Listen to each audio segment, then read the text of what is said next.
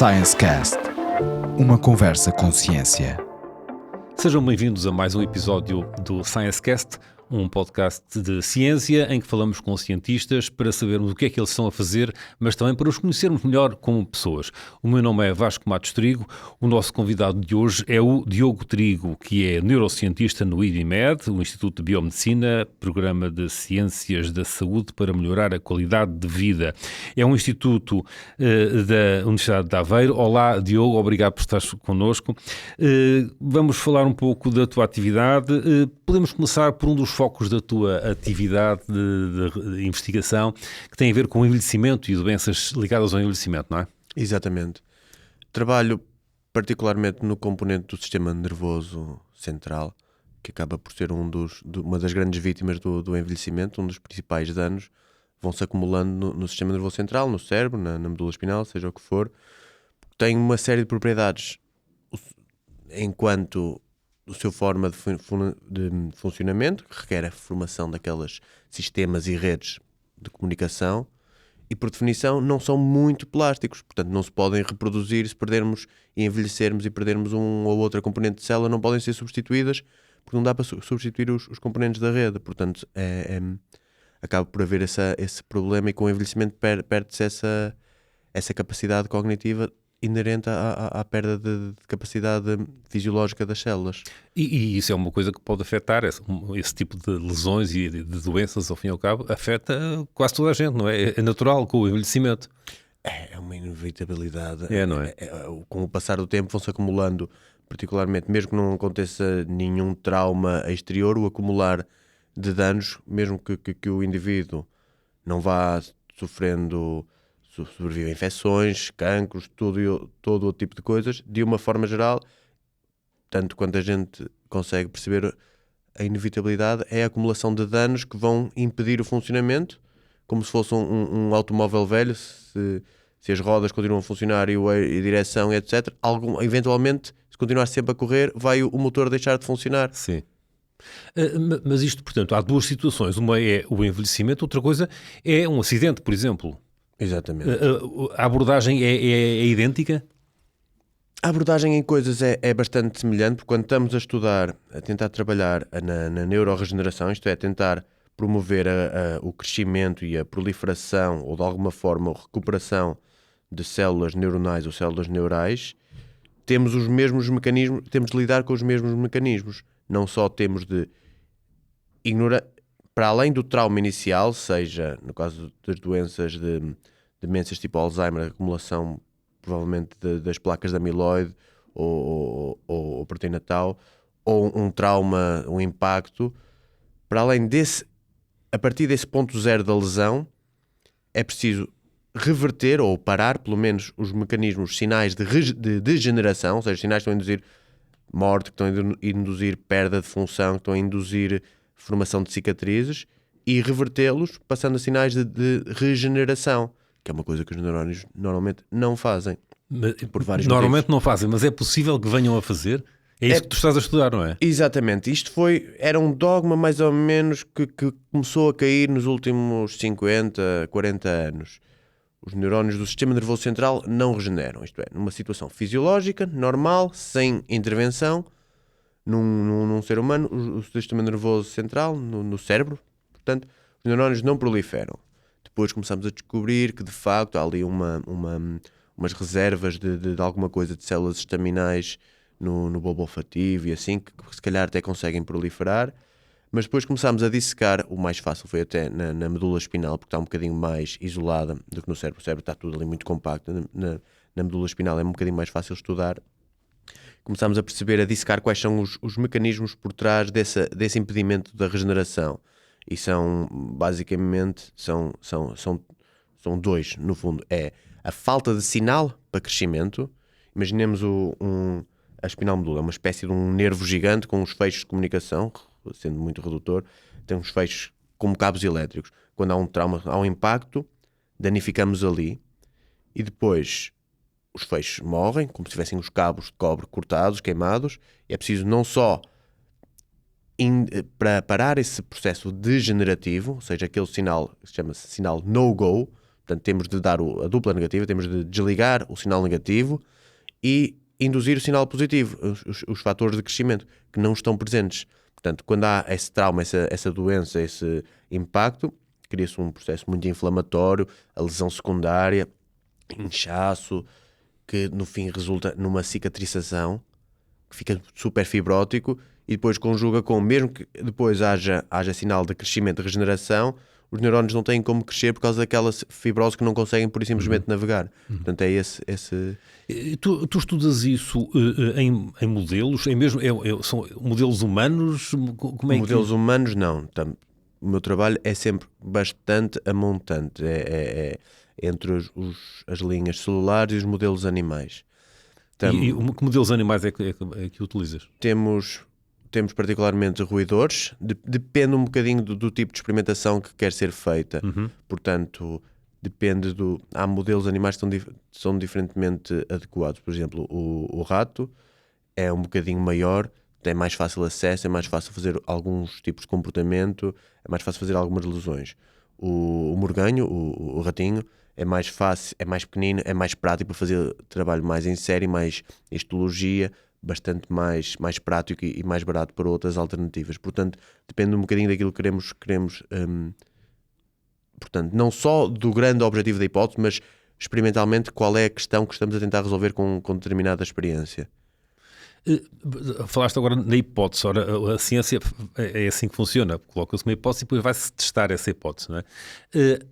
Há muita gente a fazer este tipo de investigação e a testar a mesma hipótese, ou são hipóteses diferentes que são testadas? Como é que funciona essa ciência em rede? Eu de uma forma geral, eu acho que particularmente na biologia, não há propriamente nos dias de hoje, não há um super gênio que vai ser ele que vai descobrir a grande... Se não fosse aquela pessoa, a gente não descobria a cura para esta doença. Sim. É um bocadinho como a história do Watson e Crick da dupla hélice. Foram eles que terão descrito a estrutura do DNA, mas se não fossem eles, ia ser literalmente o laboratório do lado que ia fazer essa descrição, e se não fosse esse laboratório, haveria a ser um laboratório na Alemanha ou nos Estados Unidos que iria fazer esse trabalho. Portanto, eu acho que acaba por acontecer, como nós temos cada vez mais, então, na tal dita sociedade super ligada, em que já não chegamos ao limite em que já não só os artigos são publicados após a revisão por pares, mas neste momento muito trabalho é publicado antes da revisão por pares. Já muita gente tem um trabalho super interessante que é comunicado aos colegas, que é publicado na versão preprint. Portanto, ok, estamos super confiantes neste nosso artigo, vamos submeter o artigo, mas enquanto está sob submissão, está aqui, podem ler todos, está aberto para o público. Podem comentar, dar feedback. E acrescentar, se calhar, alguma coisa. Sim, não é? Muitas vezes, ou seja... Mas isso não vai colidir com a competição, que também acontece também na ciência, não é? Porque um laboratório quer chegar primeiro à conclusão, não é? Como é que é possível compaginar essas duas situações? A competição e a colaboração? É um trabalho que tem de ser bem... É um equilíbrio que precisa de ser procurado, mas eu costumo falar com os meus alunos que principalmente quando temos um trabalho que já estamos orgulhosos, está digno de ser apresentado num congresso, numa conferência, estamos a falar de levar um póster, uma apresentação, ok, se aquilo já não... Uma coisa é uma fase embrionária, temos uma ideia, uma experiência preliminar, se nunca ninguém fez isto é giro, se calhar aí a gente guarda um bocadinho, vamos amadurecer. Mas uma ideia que já está avançada, das duas uma, se por apresentarmos num congresso alguém nos consegue passar à frente e publicar num mês, ou o trabalho não era assim tão inovador, ou não era assim um trabalho nada de especial que se consegue fazer em 2 ou 3 meses. Portanto, acho que é preciso ter um bocadinho esse equilíbrio, mas depende da quantidade de esforço que temos e dos recursos que usamos e investimos nesse trabalho. Se já está prestes a ser um trabalho sólido, um trabalho de doutoramento que sabemos que está pronto para publicação, precisa de mais 1 ou 2 controles, precisa de mais uma ou outra experiência. Sim, senhor, sabemos que este foi um trabalho ao longo de 5 anos, ninguém vai conseguir agora, não temos essa preocupação. Se calhar queremos estabelecer as parcerias para pensar como é que vamos continuar com este trabalho para a frente. Referiste aí que às vezes há uma ideia que ainda está muito embrionária. Isso aconteceu um pouco contigo com o nanospin, não é? Que era aquele emplastro que tu tiveste essa ideia, ainda estavas a fazer o doutoramento. Sim. E ficou parado, não é? Como é que foi isso? Isso é um bom processo? exemplo. Na altura foi uma ideia que surgiu em que foi há há 15 anos. Portanto, o estado da arte era completamente diferente. Eu não era especialista, nem sequer a minha formação era a mesma coisa, não era especialista praticamente em nada. E tive uma ideia, um trabalho académico, que era, vamos fazer, suponhamos, um trabalho intelectual, como é que fariam para desenvolver um material para um modelo qualquer. Sim, senhor, eu tinha uma base de neurociência, interesse em neurociência, vou escolher um nervo, que é simples, os nervos regeneram. Isso sabemos, é diferente do sistema nervoso periférico, por isso é que se tivermos um corte, normalmente conseguimos minimamente voltar a mesmo membros que tenham sido amputados, consegue-se até certo ponto regenerar. Ok, o sistema nervoso periférico regenera. Trabalho de desenhar alguns... lá está, uma espécie de um emplastro. Um penso rápido, é? Sim, em inglês chama-se scaffold. A tradução seria alguma coisa tipo um andaime, uma estrutura de suporte para dar apoio ao nervo, para o nervo crescer. Sim. E depois comecei a pensar, depois o nervo podia, como era um trabalho académico, vamos meter tudo lá para dentro, umas rugosidades especiais otimizadas, vamos meter uma libertação de fármacos, vamos fazer não sei o quê. Que fármacos? Pois não sei, não sou especialista em fármacos. Então o trabalho ficou guardado, guardei o PowerPoint. Depois, uns anos mais tarde, estava a trabalhar já em regeneração no sistema nervoso central, medular, e estávamos a trabalhar com farmacologia. E estes fármacos são engraçados. E se a gente conseguisse arranjar uma maneira de entregar o fármaco? Na altura comecei a concorrer a escrever meus próprios projetos, e foi nessa altura que, se eu combinasse as duas coisas, tinha aquele projeto, provavelmente, e honestamente estava super inocente, supervisão de um naive e desatualizada de há 10 anos atrás. Então decidi combinar as duas coisas e trabalhar um bocadinho a partir daí. E está a ter bons resultados, não é? Entretanto, resolveram criar uma empresa? Sim, temos alguns resultados promissores que fomos conjugando. Isto foi também na altura do Covid, que isto começou tudo a disparar. Portanto, havia, por um lado, não podíamos tanto ir para a bancada, portanto, conseguíamos estar mais sentados ao computador, quer a escrever projetos, quer a concorrer a coisas. E aí surgiu uma série de candidaturas de desenvolvimento tecnológico, nacionais e internacionais, e portanto disso resultou uma série de coisas de sucesso em que acabámos por resolver e avançámos por incorporação de uma empresa. Fizemos já o desenho regulatório para do desenvolvimento do planificação regulatória para quando, num cenário hipotético ideal, avançarmos para os ensaios clínicos, que a gente precisa fazer em termos pré-clínico até então. E isso é uma coisa que, enfim, já agora para esclarecer uma parte do público que não está tão por dentro disso, estás a falar nos ensaios clínicos, pré-clínicos, depois clínicos. Isso quer dizer que quando é que vai haver um produto comercial? Fizemos essa simulação numa das formações que estive a fazer. Portanto, num cenário perfeito em que o material estivesse pronto hoje, depois precisaria de 1 ou 2 anos de dados pré-clínicos, isto é, em modelos animais, antes de ter aprovado para ensaios humanos. Depois precisaria de ensaios tendo em conta para aplicação em lesões medulares. Na partida não precisa de ser testado em pacientes saudáveis. É testado nas fases 0, fase 1, ou seja, as fases de biotoxicidade, a mostrar se aquilo de facto não causa dano óbvio, evidente, a 2 ou 3 indivíduos, um número muito pequenino de indivíduos, é para ver a viabilidade e a compatibilidade biológica. Portanto, 1 ou 2 anos nisso. Depois uns ensaios clínicos de efeito, que serão a fase 2, que seria 3 a 5 anos, sempre acumularem, não é? Claro. E depois a fase 3 de larga escala, otimização de números, de podologias, de farmacocinéticas, etc., que seriam para aí uns 3 anos. Portanto, Estamos a falar mais de 10 anos, portanto. Sim. Porque na sociedade de hoje, destas sociedades contemporâneas de velocidade, de rapidez, tudo no imediatismo, há aqui, pode haver aqui um choque mental, digamos assim. As pessoas... Então, mas nós queremos isto já, não é? Como é que os cientistas lidam com isso? Com essa pressão? Ao fim, é uma pressão social, não é? Essa foi a pressão que aconteceu, por exemplo, com as vacinas do Covid. Percebemos isso. A questão é que estes passos podem ser encurtados, não por encurtamento de saltos de processos regulatórios, mas se já tiver sido feito, por exemplo, se a farmacologia já tivesse sido aprovada para uso humano, já tivesse sido bem sucedida nos ensaios clínicos, se o material, se os emplastros já tiverem sido aprovados para ensaios clínicos, certas coisas já tiverem tido essa compatibilidade, por exemplo, já tiver demonstrada, alguns passos são acelerados. As vacinas de mRNA do Covid foi a mesma coisa. Foi em inglês chama-se repurposing, ou seja, redirecionamento de farmacologia, ou neste caso de vacinas, que já estavam direcionadas para um tipo estavam aprovadas para um tipo de experimentação, para um tipo de aplicação, e foi convertida para um outro tipo de aplicação. Já agora também a pressão social, um outro aspecto da pressão social sobre a ciência também advém das pessoas pensarem ainda muito que o cientista descobriu é a verdade absoluta.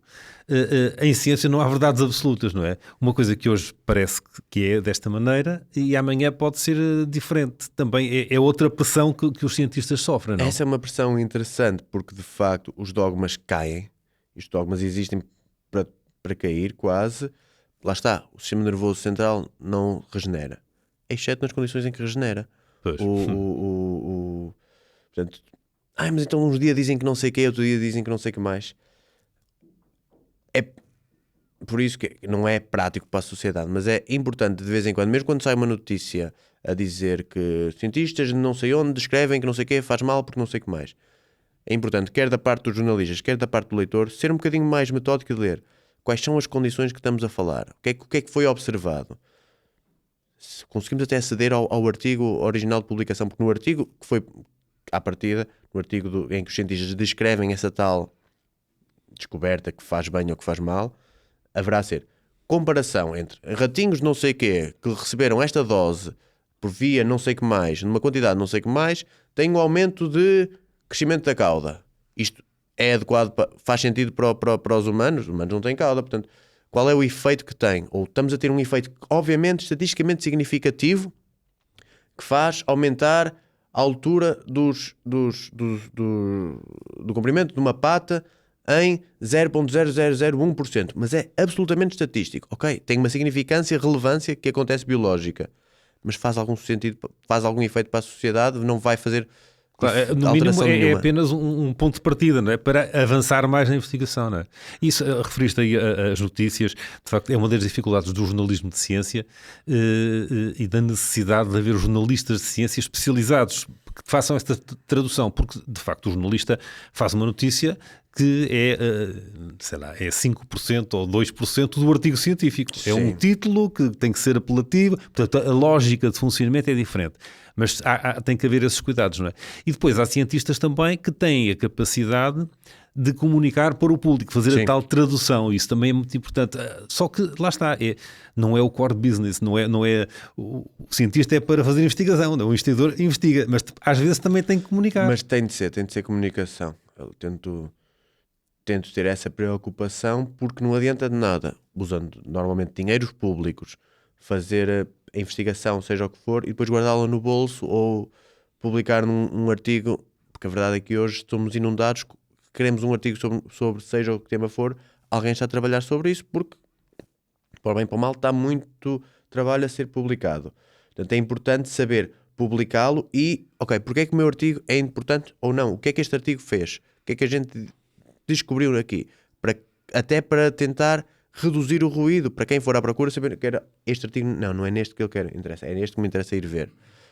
Portanto, é importante essa comunicação para ficar até registada, compilada, e provavelmente no futuro vai haver meios cada vez mais automatizados de compilação, de gestão dessa bibliotecária desses artigos todos, para haver uma espécie de repositório geral do conhecimento. Eu encontrei uma frase que tu terás dito, enfim, pelo menos a ideia era esta, numa entrevista ou coisa parecida, que era: fazer ciência não é só gerar conhecimento, é também concretizar a aplicação prática do conhecimento. É disso que estamos a falar, não é? Pois, é porque mesmo um conhecimento básico pode levar muito mais adiante a descobertas, a aplicações e translações. Um exemplo interessante aconteceu, durante o meu doutoramento eu estava a estudar um processo fisiológico muito normal, ciência e investigação básica, nunca na vida teria financiamentos para em certas colos nacionais para investigar aquilo, porque eu não estava a estudar nenhuma doença, não estava a estudar nenhum problema, estava a estudar como é que funciona o processo, que era como é que os neurónios conduzem o potencial de ação, a eletricidade, e depois como é que é através de íons que entram e saem, fazem umas diferenças de potencial, ok, depois como é que eles voltam ao normal. Ou seja, como é que aqueles iões que saíram todos do sítio voltam para lá.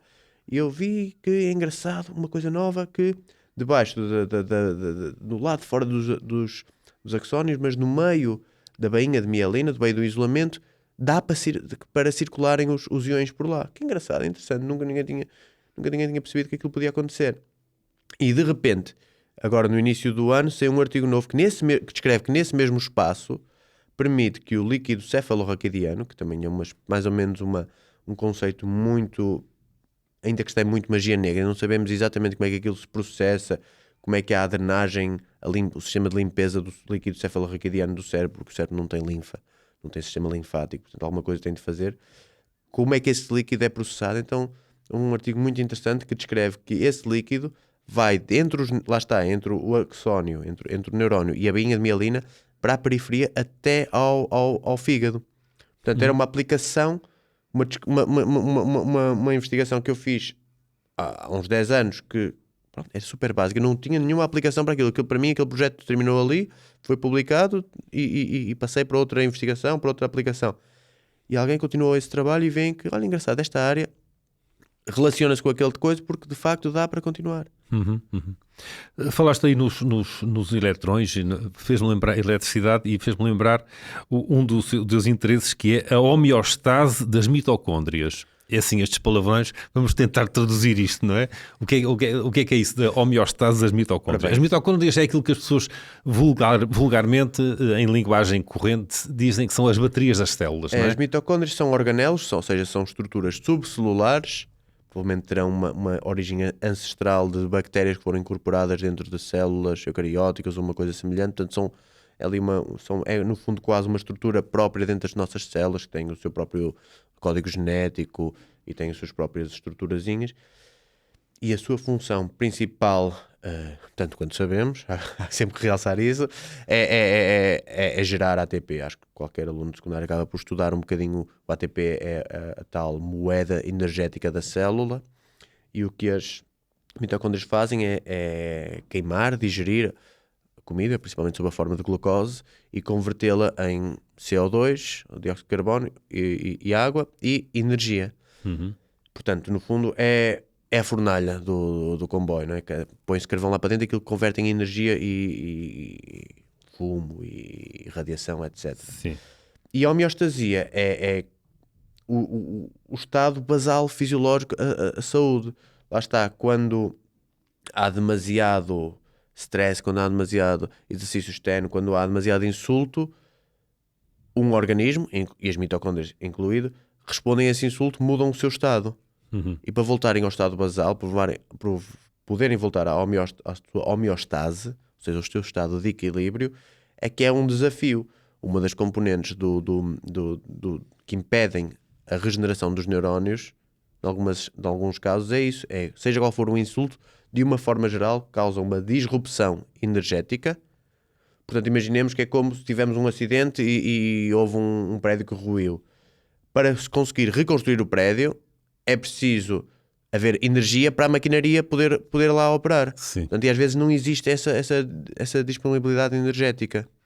E tu tens também, portanto, os nanomateriais terapêuticos que tu estudas também, têm a ver com isso? Sim. Ou é uma investigação diferente? De uma forma geral, tendo a estar relacionado. Portanto, tentamos que os materiais que são escolhidos, eu não sou especialista em materiais de maneira nenhuma, mas trabalho com colegas que são, e vou à literatura, vou ver o que é que o trabalho anteriormente foi publicado e vejo qual é a associação entre materiais que, no mínimo, não sejam maus. Preferencialmente têm algumas componentes anti-inflamatórias, têm algumas componentes regenerativas que, de uma forma geral, estão associadas com isso. E depois, nos materiais, nós incorporamos fármacos imobilizados, ou seja, os materiais são usados para libertação de fármacos. Mas isto tem a ver com a homeostase das mitocôndrias? Incluindo, sim, é uma das componentes com que estamos diretamente preocupados. Não para só... quando a mitocôndria está a funcionar mal, então tentar pô-la a funcionar bem, repará-la. Que é o que acontece depois também no envelhecimento, não é? A própria mitocôndria começa a falhar, portanto a gente tenta relacionar não só nas lesões traumáticas, mas no envelhecimento, nos modelos de doença de Alzheimer e de doenças de Parkinson, em que há essa disfunção muito de mitocôndrias, a tal famosa produção de radicais livres de oxigênio e stress oxidativo. Tentamos restaurar a homeostasia, isto é, reverter esse stress oxidativo ou dar ver se conseguimos ligar as ferramentas antioxidantes das mitocôndrias para responder a esse stress. Voltando aqui um bocadinho à Axodynamic, a tal empresa, não é? Que supostamente irá fabricar, digamos, não é fabricar, a nanospin, é isso? É desenvolver esse material, exatamente. Depois, vocês não vão produzir o último, o objeto, digamos assim, que vai, não é? De maneira nenhuma, neste momento. Há uma parceria depois com uma farmacêutica, por exemplo?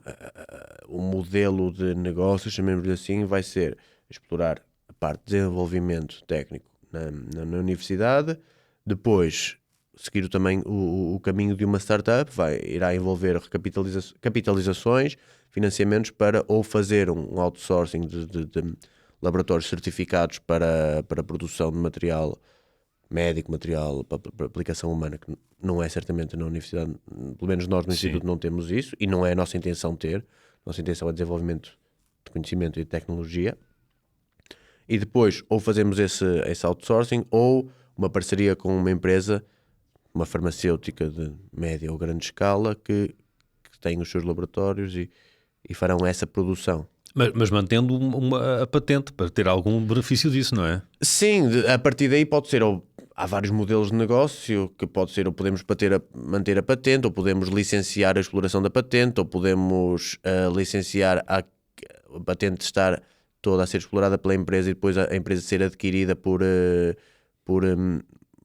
uma empresa. Isso vai depender muito dos negócios todos entre as diferentes conversas de empreendedores, entre os diferentes stakeholders, que seremos os inventores, somos uma parte deles, mas depois haverá a universidade, obviamente, tem uma palavra a dizer. A universidade participa também não é? A universidade, o trabalho é desenvolvido na universidade no âmbito de investigação e financiamento vindo também em parte pela universidade, e os próprios depois negociar com quem estiver interessado, sejam financiadores, sejam as empresas que estejam interessadas. Portanto, e no final, o produto, o vendedor, o comprador do produto que nós gerarmos vai ser uma empresa de Big Tech, de Big Pharma.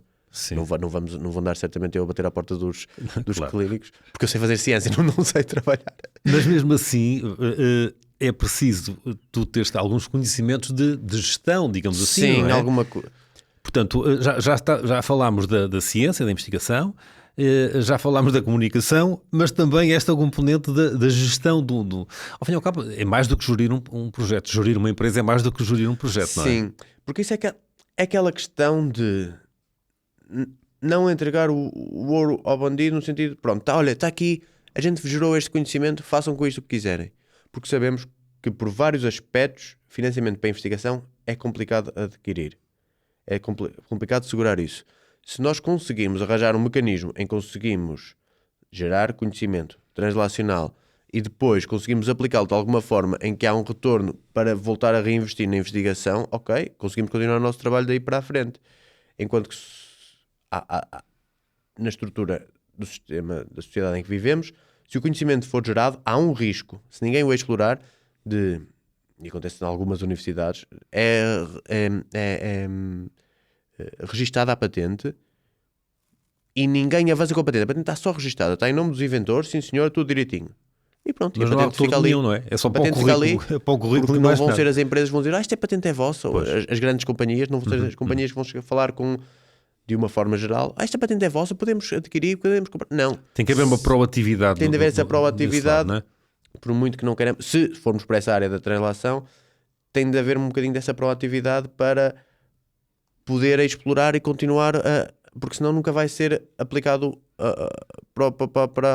nunca vai ter aplicação humana. Sim. Porque certamente quando prescrever a patente e passar a ser genérico, já estaremos nessa altura uns 20 anos atrasados em que não teve a ser explorado e desenvolvido. Portanto... E há muitos exemplos de investigações que até poderiam ter um grande sucesso até comercial e ficaram paradas por falta de financiamento, precisamente. Sim. Não é?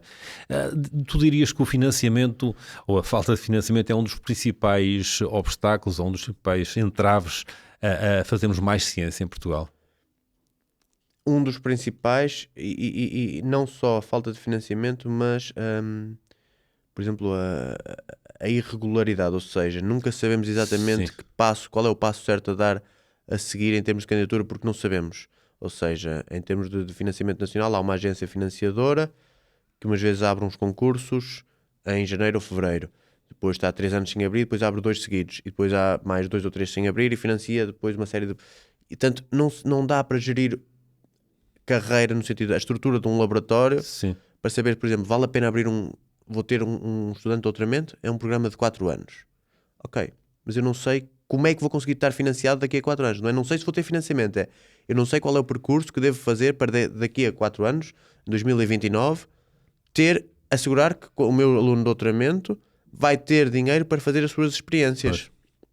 Porque não sabemos se, num percurso normal, sabia que todos os anos há seja um programa de financiamento de ano e meio ou de 2 anos, seja o que for, sei que para ter um financiamento de 2029 tem que ter tido sucesso no dinheiro que vem em 2028, teria de ter tido concorrido em 2027, por exemplo. Ou seja, sei que vou ter de concorrer pelo mínimo até 2027. Nem sequer sei se em 2027 vai haver financiamento. Pois.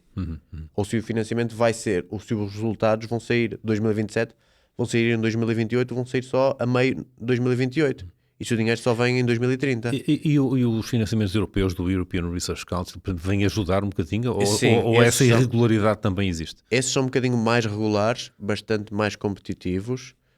Pois, não é fácil também. Não é Há fácil. muita gente Esses dão alguma regularidade. Lá está, é uma estrutura. Mas é preferível, honestamente, acho que é preferível um bocadinho uma taxa mais de sucesso, se calhar um bocadinho menor, mas que ao menos seja consistente. E que saibamos com que linhas nos cozemos, se vamos concorrer a um projeto e que haja linhas diretamente. Ok, agora a estrutura nacional ou a estrutura internacional, seja o que for, o objetivo de financiamento é isto. Isto são as áreas estruturais. Mas o que nos está a acontecer é cada candidatura nova, cada projeto novo que vem, cada call, que preparamos, temos de ver, ok, o que é que será que é interesse em financiar agora? Será que é os materiais ou é aeroespacial?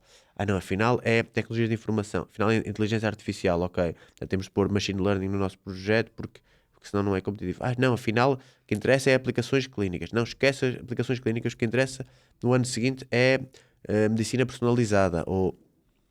Não dá para criar uma estrutura quando andamos a tentar cada ano adequar será que é isto que queremos? Será que é isto que vai dar sucesso? Há uma incerteza ao fim e ao cabo. Ao fim e ao cabo é o que as empresas cá fora, as empresas normais também se queixam muito, em termos fiscais, por exemplo. Sim. Enfim, vemos isso nas notícias.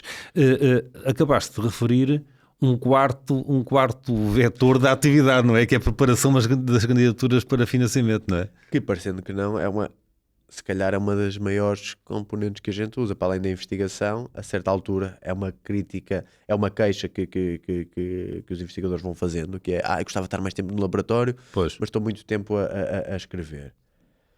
Mas tem é a vida. Tem de ser feito, mas... E depois há esta gestão. Há colegas que dizem, ok, tenho X anos de contrato e tenho X meses de contrato, e não sei, não vou concorrer a este projeto, não posso perder 1 mês e meio a escrever, tenho agora de concorrer tenho de fazer experiências e de publicar este artigo, ou tenho de terminar esta tese. Correrem várias pistas ao fim e ao cabo. Às vezes não é? Temos de nos dividir e não dá. Olha, então estamos quase a terminar, mas ainda queria voltar um bocadinho lá para trás para falar do teu percurso. Tu fizeste a licenciatura no Porto, no Universidade do Porto, não foi? Sim, exatamente.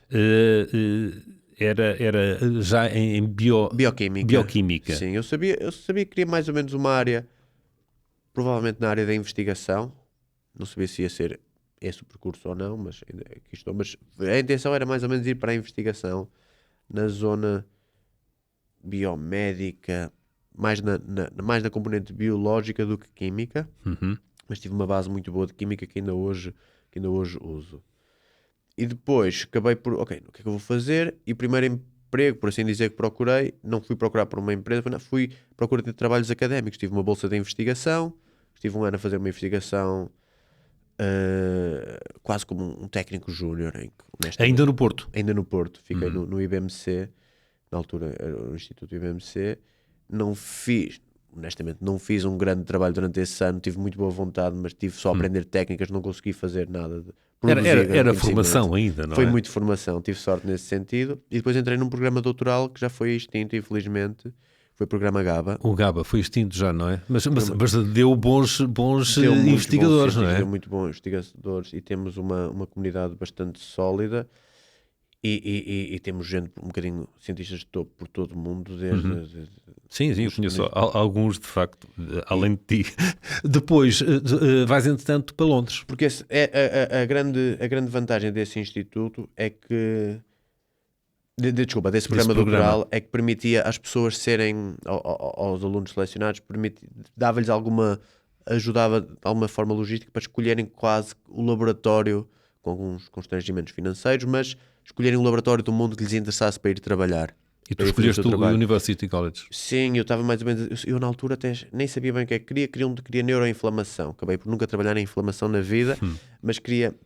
E fui vendo que laboratórios é que estavam a trabalhar nisso e que é que não estavam, e comuniquei com 2 ou 3 laboratórios, fui visitar, falar e acabei por escolher esse laboratório em Londres, onde nunca tinha pensado em ir para lá, e acabei por fazer a investigação lá, e correu muito bem, porque a University College é uma universidade enorme, particularmente em termos de neurociência, portanto consegui estar lá a fazer o doutoramento com sucesso, e depois estava em Londres, tem outra vantagem, é uma cidade grande o suficiente para haver muita oferta de emprego, portanto terminei, ok, agora vou procurar, o que é que eu vou fazer? Vou fazer um pós-doc. E acabei... No Imperial? No King's College. No King's College. Fui para o King's College fazer um pós-doc e aí passei para trabalhar, comecei a trabalhar nas lesões medulares. Depois, às tantas, resolves regressar a Portugal? Depois resolvi regressar a Portugal, não por nenhuma... Por nostalgia do país? Não foi nada disso, uma não é? nostalgia, não. Foi por razões científicas? Assim, até andei um bocadinho na Dinamarca a fazer também algum trabalho e depois acabei por vir abrir uma posição em Aveiro e eu fiz ali um segundo pós-doc que me deu alguma estabilidade durante esse... Era uma posição um bocadinho longa, deu-me estabilidade para... Que é isso que é importante a certa altura ter. No primeiro pós-doc eu não tinha propriamente a maturidade para escrever um projeto, Sim. mas na sequência do segundo pós-doc já sabia mais ou menos navegar o sistema científico, já sabia o percurso, que é uma coisa que às vezes muitos investigadores jovens não sabem, eu não sabia certamente, que é qual é o percurso, o que é que posso fazer? Fiz uma investigação, fiz um pós-doc, agora o que é que eu faço? Devo escrever um projeto, devo concorrer a uma posição, devo ser professor. Eu tive ali uma estabilidade em que me permitiu concorrer a concursos sem sucesso, mas tinha na mesma posição de 3 anos, garantida, deu-me essa estabilidade, consegui concorrer até algumas posições. E foi aí que comecei a ter os meus próprios projetos financiados e depois tive a minha posição de investigador e a partir daí é que fui-me mantendo e agora sou investigador no mesmo sítio, no IBMED. E só para terminar isso, acho que, penso a tua opinião, isso também significa que reconheceste que em Portugal se pode fazer ciência de altíssimo nível. Pode, sim, não, definitivamente, sim. E temos um instituto relativamente à escala pequeno que está a crescer, que está a expandir, que veio a recrutar nos últimos anos uma série de investigadores bons. Temos um bom núcleo de trabalho bom. Temos os grandes institutos que fazem trabalho à escala mundial e no fundo é tudo uma questão de financiamento. É a grande diferença na estrutura de um instituto de sucesso ou um instituto menos sucedido, Harvard ou UCL ou seja o que for. É uma questão de financiamento. Provavelmente agora vamos ver alguma diferença de produtividade e sucesso nas universidades norte-americanas. Os cortes que estão inevitavelmente, sim, sem dúvida. E em Portugal temos trabalho muito bom. Vamos ter no próximo mês o encontro da Sociedade Portuguesa de Neurociências, que aí dá para ver a quantidade de riqueza e de qualidade de trabalho que é feito. Qualquer congresso que se vá nacional, temos trabalho bastante inspirador. Que não é vergonha ninguém, antes pelo contrário. Não, de maneira nenhuma. Muito bem. Diogo Trigo, muito obrigado por ter estado hoje connosco aqui no ScienceCast e este podcast está disponível, como sabem, em todas as plataformas de podcasts e também a versão em vídeo no YouTube. Obrigado por estar connosco e até para a semana.